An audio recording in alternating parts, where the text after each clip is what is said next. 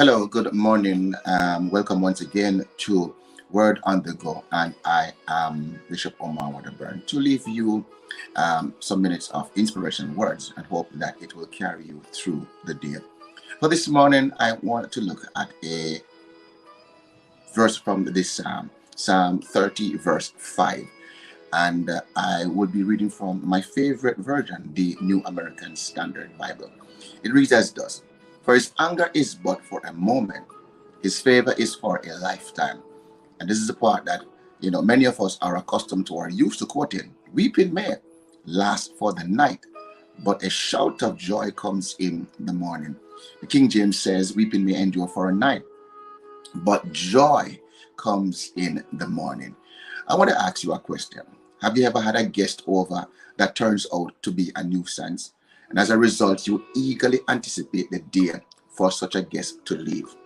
The initial agreement that you had with this guest is for a few days, but after the first night, you realize that he or she would create serious inconvenience to you. Thus, you anxiously wait for the duration to expire and for the troublesome guest that you had invited into your home to leave so that your life could return to normal. The truth be told, living a normal life for a lot of people is not so normal at all. Our lives are filled with troubles that lead to constant weeping or mourning. And we may have asked the Lord several times, why are you making me suffer? Why am I in this predicament?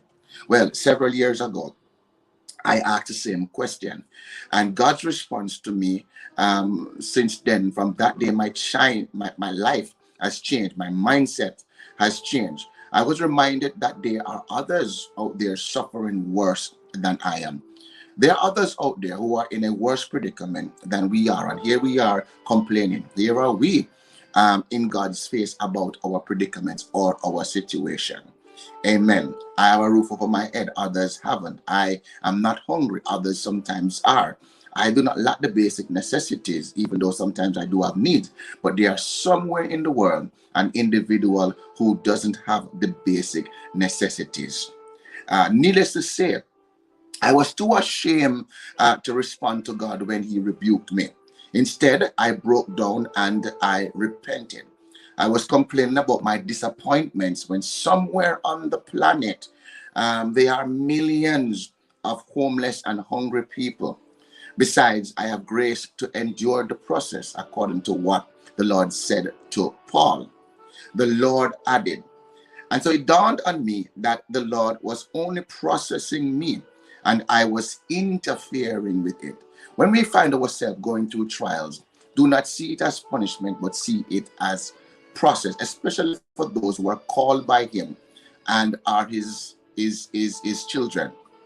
I was angry at God for allowing the pain, when in actuality, he was angry at me for complaining. And so the verse that says his anger is for a moment.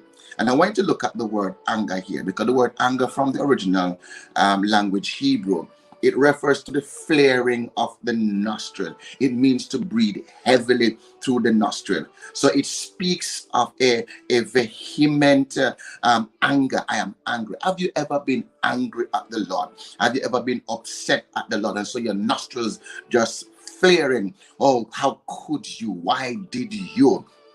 Amen. Have you ever asked the question, God, why are you angry at me? God, why have you allowed this thing to upset my equilibrium? Usually the question is asked when you are unable to explain the disappointments that are occurring in your life. And therefore, you have come to the conclusion that it must be God's doing without considering that it could be your doing.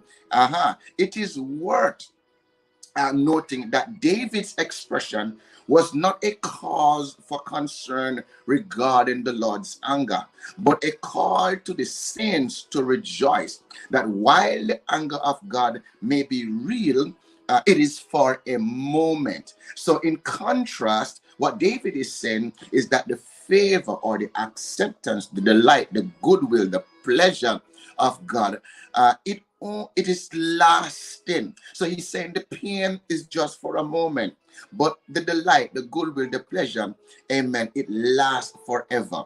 The Hebrew writer puts it like this, and I quote, "For those whom the Lord loves, he disciplines, and he scourges every son whom he received." Hebrews 12, verse 6. Whom the Lord loveth, he chastened. And the word chastened there means to be disciplined. To be disciplined.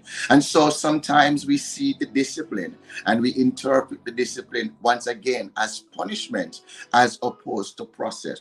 When someone is being disciplined, the root word there, amen, is disciple. He's teaching you a lesson. He is nurturing you. He's bringing you to a platform where you are better than where you were before. Thus, it is important, amen, to remain faithful, cognizant, and committed to the Lord in the midst of the discipline. Another word that comes to mind is that it means crushing.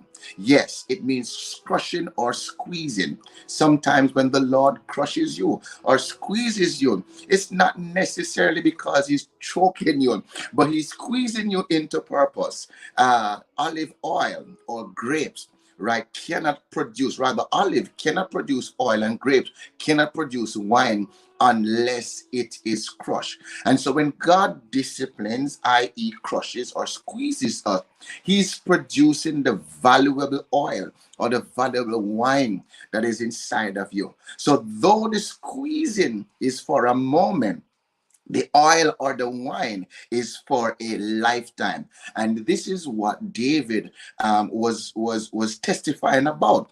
He came to the conclusion that rather than being angry at God, rather than complaining to God about my predicament, the best thing to do is to enjoy the process, because hey, joy will come in the morning. Now I can look back at the process, look back at the squeezing, look at the discipline, look at the turmoil, look at the moment I was angry, and said, it was for a while.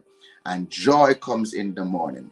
The Lord finds no pleasures, brothers and sisters, in the discipline and the scourging, but they are necessary processes to get the best out of his children. So the God himself, he doesn't find pleasure in us being disappointed. He doesn't find pleasure in disciplining us, but he knows that you will find the pleasure from the discipline and the scourging.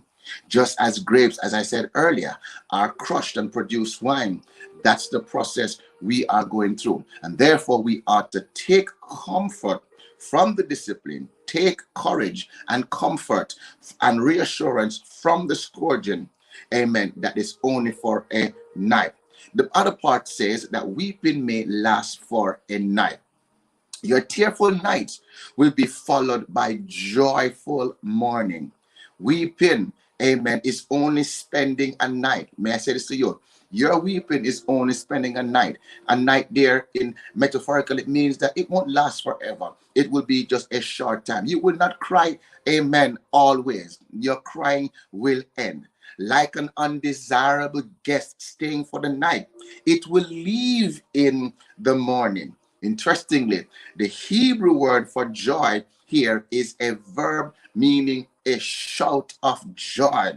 Amen. In juxtaposition to the weeping or the mourning that you had, amen, previously. So, in other words, David is saying, now you are bewailing, now you are lamenting, though you're in mourning, but comes in the morning, whenever your morning is, which day, which night, which hour your morning is, he's saying that you will have a tremendous joy, a shout of joy, and it expresses jubilee, it expresses praises, it expresses honor, amen, that you have conquered your mourning, you have conquered, amen, your scourging, you have conquered the discipline, and you have come out. So I want to encourage you today to remain strong. And if I have not given you a title, amen, for this inspirational word, then here's the title: From Morning to Morning. I am Omar Wedderburn. God bless you. You can find us on YouTube, the Wedderburn. Just type in the Wedderburns on YouTube. This is Word on the Go. God bless you.